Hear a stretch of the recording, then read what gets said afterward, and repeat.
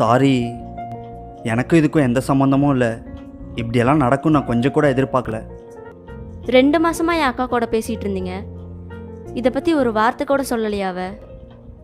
22 வருஷமாக கூடவே இருந்த உங்ககிட்டயே எதுவும் சொல்லலை.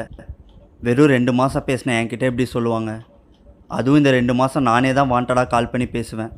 உங்கள் அக்காலாம் ஒரு நாள் கூட எனக்கு கால் பண்ணதே இல்லை. அப்போவே யோசிச்சிருக்கணும்.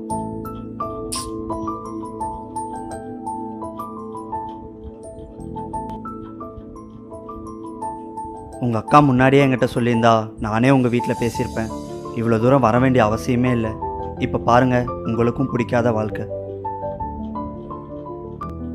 நீங்களும் யாரையாவது லவ் பண்ணியிருந்தா இப்போவே என்கிட்ட சொல்லிடுங்க. நான் வேணா உங்கள் வீட்டில் பேசுகிறேன். அடிப்பட்ட காயத்தை ஆரம்பத்திலே ஆற போகிறது தான் நல்லது.